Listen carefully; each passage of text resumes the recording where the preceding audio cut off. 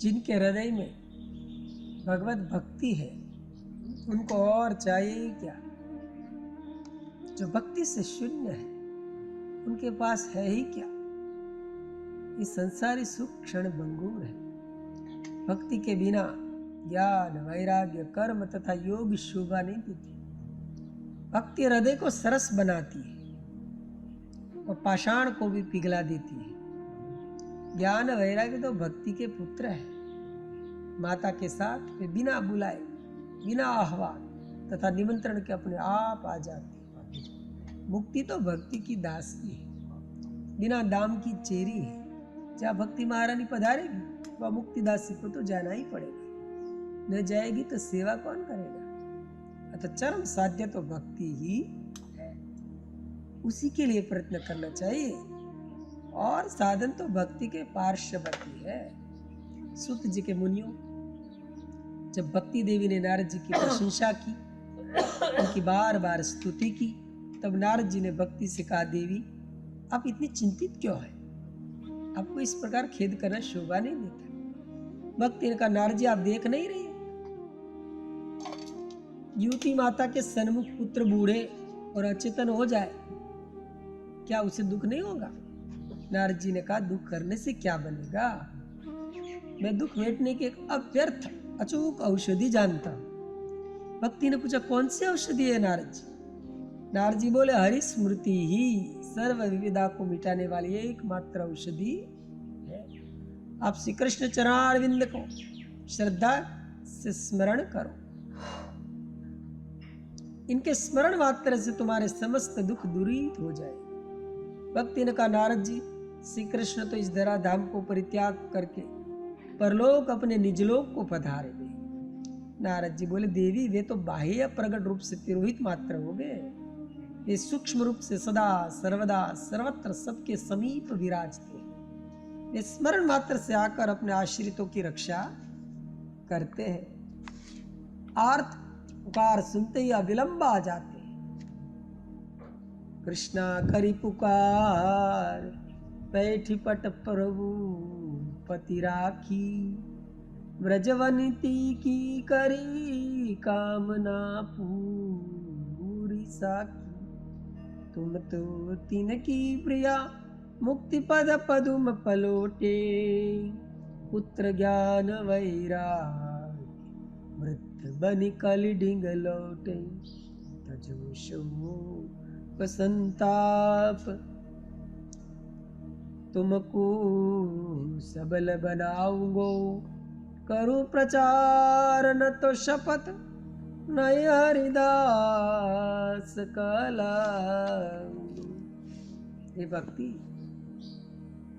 भगवान तो आर्त पुकार सुनते ही अविलंब आ जाते हैं। कौरव लोगों जब पांचे पांडवों की पत्नी को द्रौपदी को नग्न कर रहे थे, तब वे सुदूर देश द्वारका में बैठे थे। द्रौपदी ने पुकारा, द्वारका नाथ। तब भगवान चलने को उद्यत हुए, तैयार हुए। तब द्रौपदी ने हाथ से कसकर अपने वस्त्र को पकड़ लिया। एक सहस्त्र हाथियों वाले बल वाले दुश्मन एक झटके में हाथ छुड़ा दिया। तब द्रौपदी ने कहा, भक्त वत्सल, और वस्त्र दांत से दबा लिया।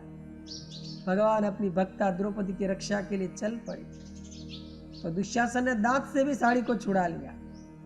तब विवल होकर द्रौपदी ने पुकारे, हे संत, हे सर्व अंतर्यामी, हे घटघट वासी, दासी सर्वात्म भाव से आपकी शरण है। अब मेरा अन्य कोई भी सहायक नहीं है। तब भगवान को कहीं से आना न पड़ा, उस वस्त्र में ही प्रकट हो गए। उस जड़ चीर को अक्षय बना दिया। इस प्रकार रास में श्री कृष्ण अंतर्ध्यान हो गए। गोपियां बन बन में भटकती रही, उन्हें दूर समझकर बाहर बाहर खोजती रही। जब बाहर ढूंढकर थक गई, तो वही रासथली में लौटकर आर्त स्वर में गाने लगी। दखलु गोपिका नंदनो भवान, अखिल दीना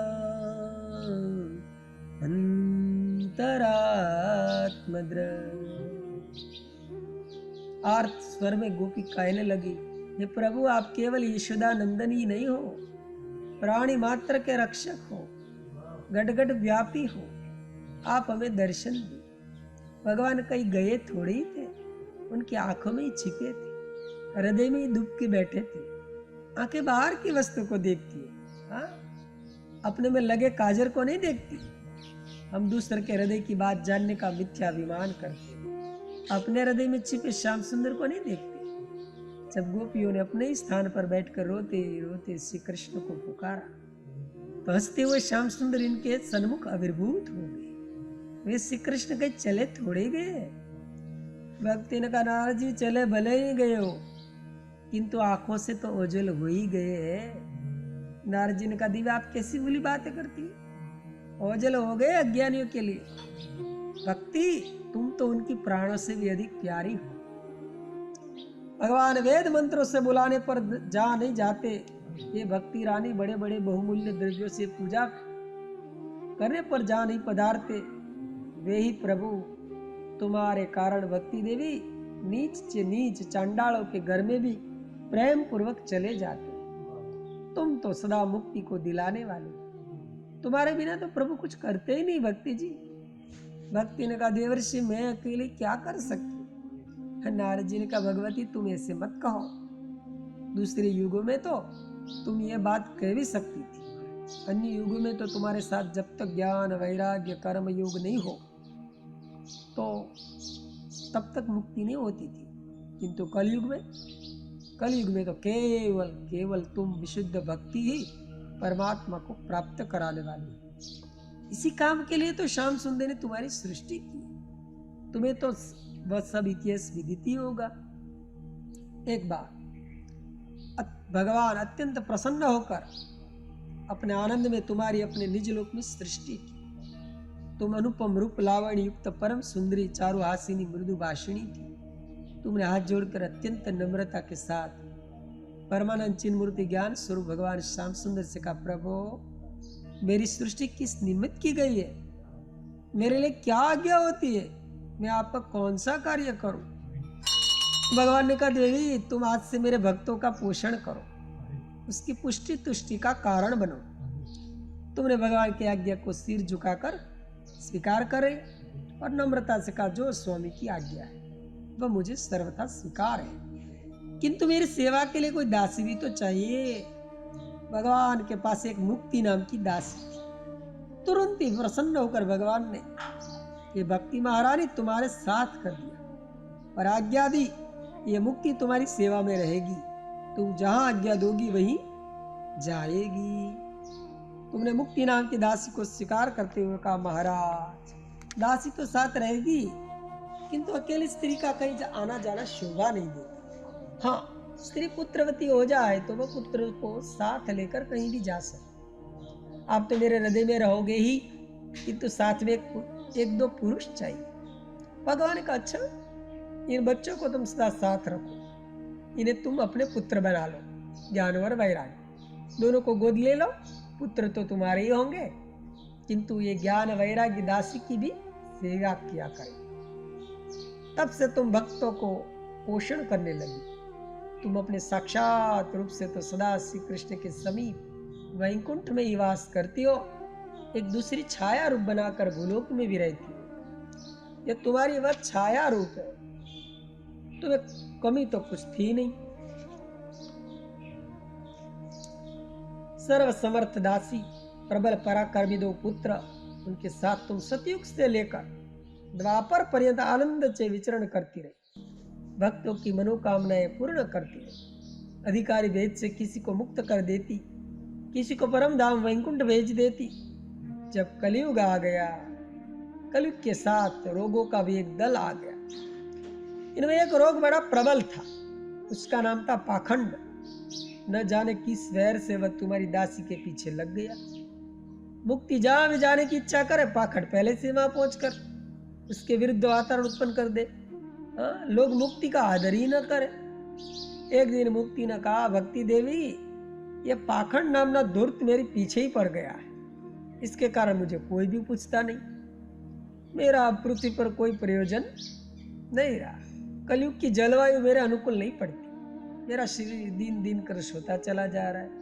आपकी आज्ञा हो तो कुछ दिन वैकुंठ में रहकर जलवायु परिवर्तन करके आओ। जब यह कलयुग बीत जाएगा तो मैं फिर आ जाऊंगी, या बीच में मेरी जब आवश्यकता हो तो आप बुला ले। आपके आह्वान करते ही मैं आ जाया करूंगी। अब मेरा यहाँ रहना व्यर्थ है। स्त्री और सब सह सकती है, किंतु अब उपेक्षा सहन नहीं कर सकती। तुमने कहा अच्छा बहन जाओ, तुम्हारा शरीर स्वस्थ नहीं रहता तो वो लोग में रहने से क्या लाभ। वैकुंठ में भी मेरा एक रूप है ही। मैं तो चाहे कोई भी युग में क्यों ना हो, कोई भी देश क्यों ना हो, वहाँ की जलवायु कैसे भी क्यों ना हो, इस धराधाम को छोड़कर नहीं जा सकता। मुझे तो भगवान ने भक्तों के पोषण करने के निमित्त ही बनाया है। फिर भी मैं अकेले नहीं रहना चाहती। मेरे 2 पुत्र है ही, यद्यपि इनका बहुत अपमान होता है। हाँ, अज्ञान दम्भ इनके पीछे पड़े हैं, किंतु ये तो पुरुष है, सब सह लेंगे। तुम प्रसन्नता से वैकुंठ चली जाओ। भक्ति कहती है जब मैं बुलाऊंगा तब आ जाना। ऐसा कहकर नारद जी कहते भक्ति तुमने मुक्ति को तो विदा कर दिया, और इन 2 बालकों के साथ तुम कलयुग के कुकर्मों को सहन करती हुई यहाँ रहने दी।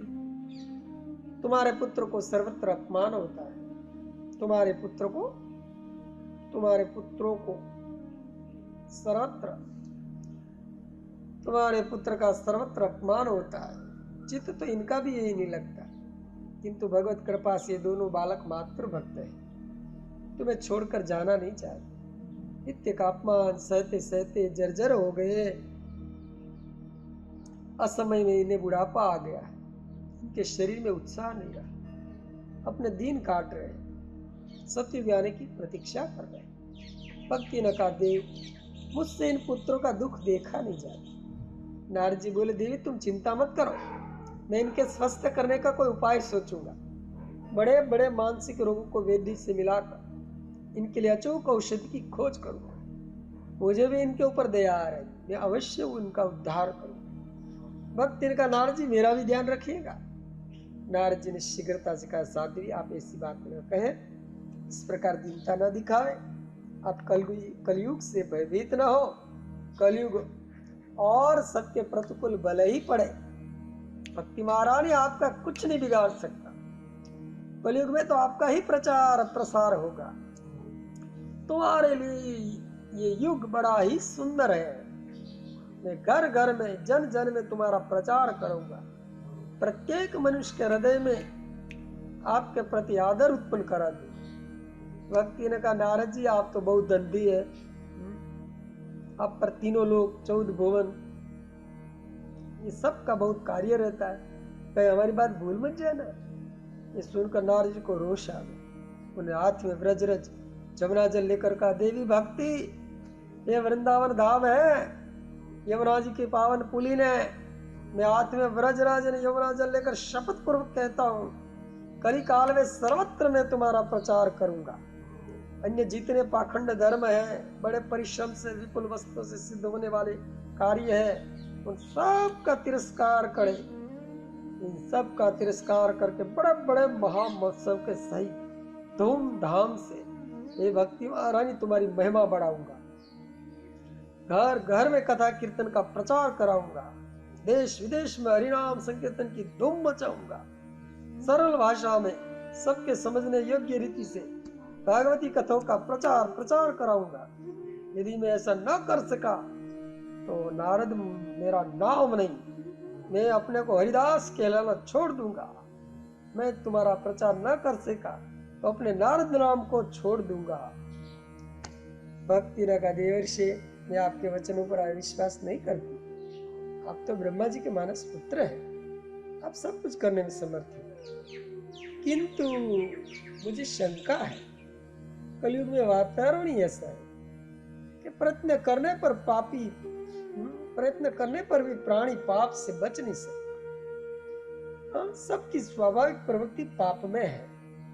पापी प्रभु के पाद पद्म के पास नहीं पहुंच सकते। फिर आपके प्रयत्न का फल क्या होगा। नारद जी ने कहा देवी चिंता की कोई बात नहीं, भूल चूक से पाप भी हो जाए और फिर हे भक्ति तुम्हारी शरण सच्चे हृदय से ले ले, तो उनके सभी पाप जल जाए। ये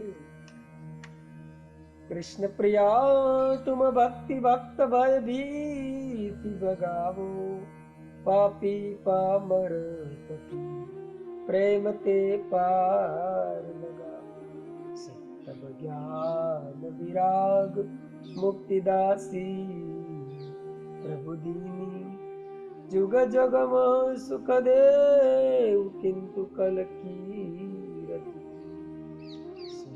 बच अति प्रेममय भक्ति मुदित अतिशय वै, तजौ न तव देव ऋषि गद गद है वे।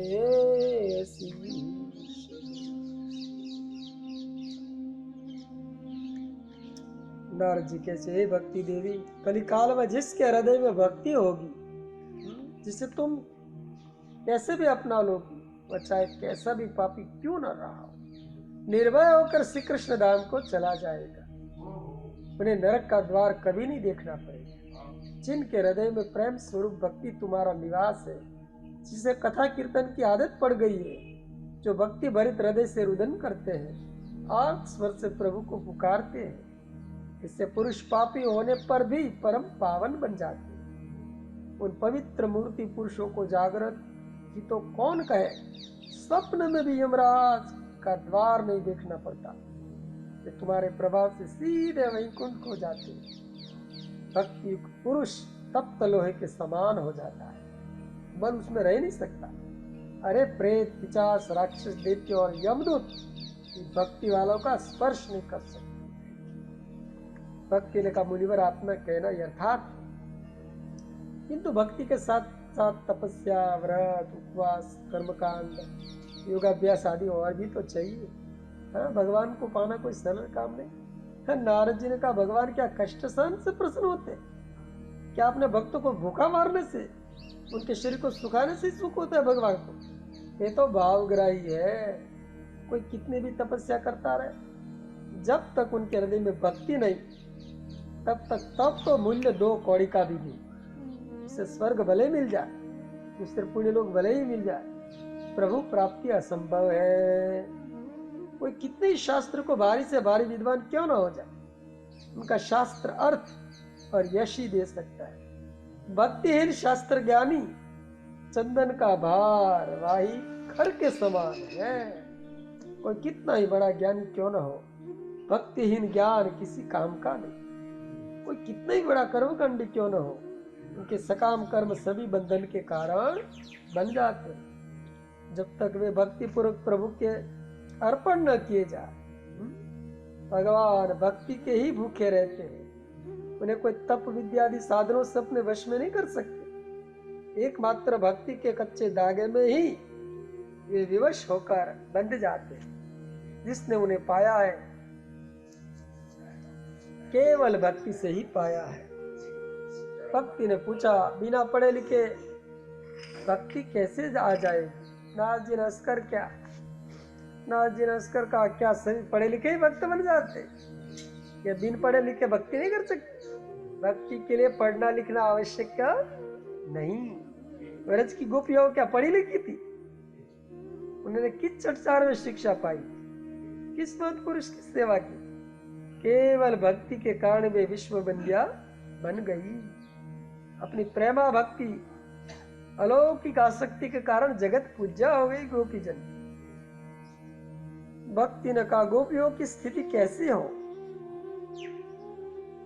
नारद जी ने कहा, ये एक जन्म के कर्म से स्थिति प्राप्त नहीं होती। प्राणियों के हजारों जन्मों के शुभ कर्मों से भक्ति में प्रवृत्ति होती है। भक्ति सबको दुर्लभ है। कलयुग में एक तो भक्ति ही सार है, और साधन तो कलिकाल में दुष्कर है।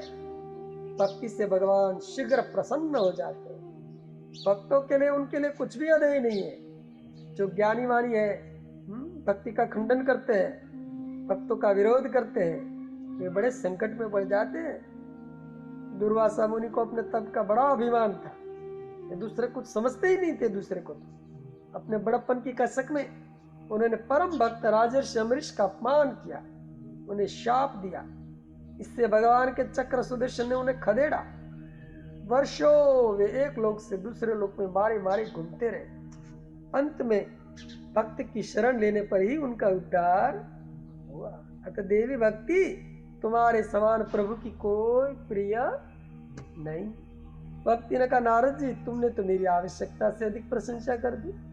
नारद जी ने कड़क कर कहा, देवी मैं यथार्थ कहता हूँ, बनावटी बात तो नहीं बनाता। मैं तो कहता हूँ कार्य क्लेश करने वाले बड़े बड़े व्रत उपवासों की कोई आवश्यकता नहीं। देश विदेश में तीर्थों की धूली फांकने की कोई आवश्यकता नहीं। योग आदि करके नहती धोती से शरीर सुखाने की कुछ भी आवश्यकता नहीं। यज्ञ यागों में धन समय व्यय करना व्यर्थ है। कोई ज्ञान चर्चा करके बुद्धि का व्यायाम करना आवश्यक नहीं। एकमात्र भक्ति से सब कुछ सिद्ध हो सकता है। ये भक्ति तुम्हारी शरण जाने पर ज्ञान वैराग्य ने मुक्ति तो स्वतः इसके समीप आ जाती है। सूत जी कैसे मुनियों, भगवत भक्ति ने जब नारद जी द्वारा अपने महात्म्य को सुना तो सचेत होकर पुलकित हो गदगद वाणी से वह नारद जी की स्तुति करते हुए कहने लगी, नारद जी तुम धन्य हो, धन्य हो, धन्य हो। मैं साधु का स्वभाव सुना ही करती, किंतु आज तो इसका प्रत्यक्ष अनुभव कर लिया। मैं सत्संग में बड़ी प्रशंसा सुनी थी, आज उसे स्वतः ही देख लिया। मैं तो समझती थी कि मुझे दुखी देखकर तुम असमंजस में पड़ जाओगे कि जब भक्ति की दुर्दशा है तो भक्तों को न जाने क्या दशा हो। जो भक्ति स्वतः अपना उद्धार नहीं कर सकती, स्वयं इस प्रकार होती चिल्लाती फिरती है, वो अपने आश्रित भक्तों को क्या भला करे। किंतु अब पता चला कि तुम्हारी तो मुझ में निश्चला प्रीति है, अड़ग भक्ति है। तुमने अपने सदुपयोग से मेरे मानसिक दुख को क्षण में दूर कर दिया, मेरी मानसिक व्यथा की बात में शांत कर दिया, मेरे संशयों को सदा के लिए छिन्न भिन्न कर दिया। मैं तुम्हारे हृदय से आशीर्वाद देती हूँ, मैं तुम्हें हृदय से आशीर्वाद देती हूँ कि तुम्हारी ऐसी ही मुझ में अचला भक्ति बनी रहे। मैं तुम्हारे हृदय में सदा सर्वदा निवास करूंगी, कभी तुम्हारे हृदय को नहीं छोड़ूंगी। आज तुमने अपनी करुणा कृपालता का प्रत्यक्ष परिचय दे दिया, साधुता की सीमा दर्शा दी। मैं तो स्वभाव तथा शोक मैं तो स्वभाव और शोक रहित बन गई, किंतु मेरे दो पुत्र ज्ञान वैराग्य अभी तक अचेत पड़े। इनके लिए तो कुछ उपाय कीजिए, इनको भी कुछ सदुपदेश दीजिए, इनके भी दुख दूर करके जगत में यश लीजिए। सूत जी के मुनियों, भक्ति की ऐसी बात सुनकर परोपकारी प्रिय नारद जी के हृदय में बड़ी दया आई। उसका हृदय करुणा से भर गया।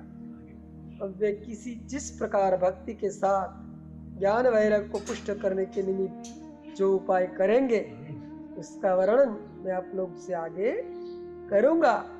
आप सब महर्षिगण इस पुण्य प्रसंग को प्रेम पूर्वक श्रवण करने की कृपा करें।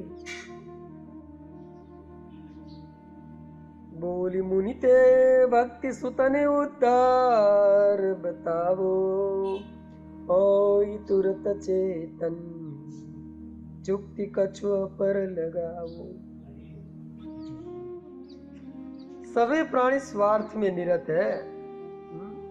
अपने स्वार्थ के अतिरिक्त संसारी लोग दूसरी बात सोच ही नहीं सकते। मैं ही सुखी रहूं, मुझे ही संसार की संपत्ति मिले, मेरा ही घर भरे, मेरा ही आदमी सुख भोगे। उन्होंने मेरी की जो परिधि बना रखी है, मैं मेरे की, उसे बाहर सोचने की उनमें शक्ति ही नहीं। मछली जल से बाहर जाने की कल्पना ही नहीं कर सकती। पक्षी आकाश में जितनी सीमा बना लेता है उससे बाहर नहीं जा सकता। मल का कीड़ा मल की परिधि में ही सोचेगा।